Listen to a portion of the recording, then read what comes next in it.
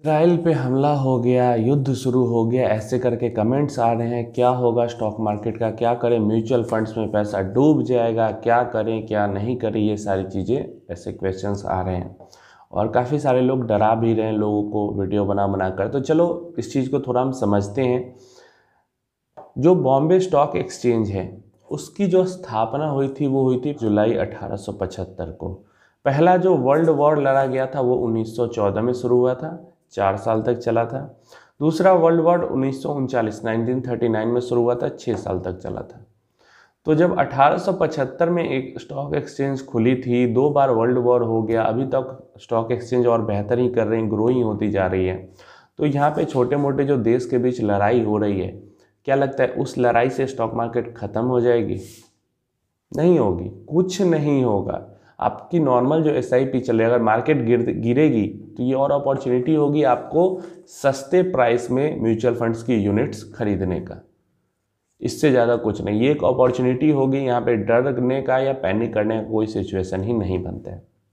Recent situation बनी है, India Canada के जो टेंशन्स हुए हैं या फिर अब नॉर्मल जैसे इजराइल का ये सब हो रहा है, तो इस कारण से मार्केट पे प्रेशर तो डेफिनेटली होगा, लेकिन ये प्रेशर एग्जिट करने वाला प्रेशर नहीं है, ये अपॉर्चुनिटी वाला प्रेशर है।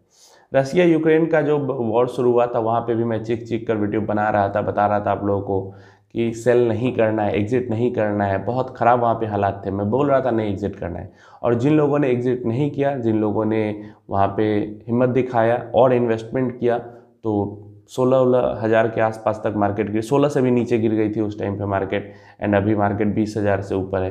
तो कितना ज़्यादा प्रॉफिट में वो लोग हैं, समझ लो। तो ऐसे ही कभी भी जब इस टाइप की सिचुएशन आती है तो वो बाइंग अपॉर्चुनिटी होती है, वो सेलिंग अपॉर्चुनिटी नहीं होती है कि बेच के निकल जाना। बेचना तब होगा आपको जब आपके गोल्स नज़दीक होंगे और मार्केट हाई पे होगा, वो सबसे बेस्ट। मतलब अगले 1 साल 6 महीने में गोल अचीव होने वाला है और मार्केट ऑल टाइम हाई पे चल रहा है, ये बेस्ट टाइम होता है म्यूचुअल फंड से एग्जिट, मतलब इक्विटी से एग्जिट करके डेट की तरफ घूम जाने का। लेकिन ऐसी सिचुएशन में जहाँ पे अभी आपका गोल 5 साल 8 साल 10 साल 15 साल दूर है, वैसे में कोई युद्ध हो रहा है कहीं पे किन्हीं देश के बीच में, उससे आपके ऊपर, आपके इन्वेस्टमेंट के ऊपर कोई फर्क नहीं पड़ता। हाँ, इंडिया पाकिस्तान में, इंडिया चाइना में युद्ध होगा तो इसका थोड़ा लॉन्ग टर्म इफेक्ट 2 साल तक भी रह सकता है, 2.5 साल तक भी रह सकता है, या 1-1.5 साल तक भी रह सकता है। लेकिन अब इजराइल का किसी से युद्ध हो रहा है, या रसिया का किसी से युद्ध हो रहा है, या चाइना का किसी और देश के साथ युद्ध हो जाता है, इंडिया के साथ हो जाएगा तो लॉन्ग टर्म इफेक्ट रहेगा, लेकिन चाइना का किसी और देश के साथ युद्ध होता है तो बस जितनी समय तक ये बातें न्यूज़ में रहेंगी उतने समय तक ही स्टॉक मार्केट अफेक्टेड रहेगा। रशिया यूक्रेन के टाइम में आपने लाइव देखा है 1 साल पहले कि जितने समय तक न्यूज़ में रही थी बातें, उतने समय तक मार्केट में परेशानी थी उस न्यूज़ को लेकर। जैसे न्यूज़ हटी, बातें, मार्केट भी अच्छा हो गया। तो यही चीज़ है, न्यूज़ वाले जब उसको हवा देते हैं तो मार्केट भी, अब उनको भी देखो, सब कुछ आपको पता है यहाँ पे कि बड़े लोगों के हाथ में बहुत कुछ होता है और बहुत कुछ चीज़ें प्लानिंग करके भी की जाती है। मार्केट को अगर ज़्यादा टाइम तक ख़राब रखना होगा किसी को, तो वो इस न्यूज़ को घुमाते रहेगा घुमाते रहेगा घुमाते रहेगा और वो अपनी बाइंग करते रहेगा मार्केट की गिरावट में। जब उसका काम हो जाएगा वो न्यूज़ को बंद करवा देगा, मार्केट रैली करने लगेगी।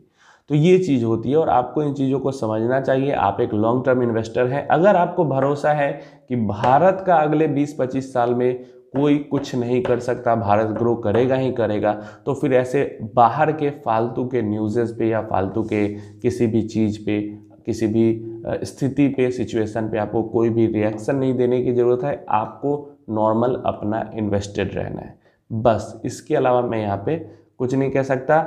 बस आपको इन्वेस्टेड रहना है पेशेंस के साथ, बिना परेशान हुए हुए।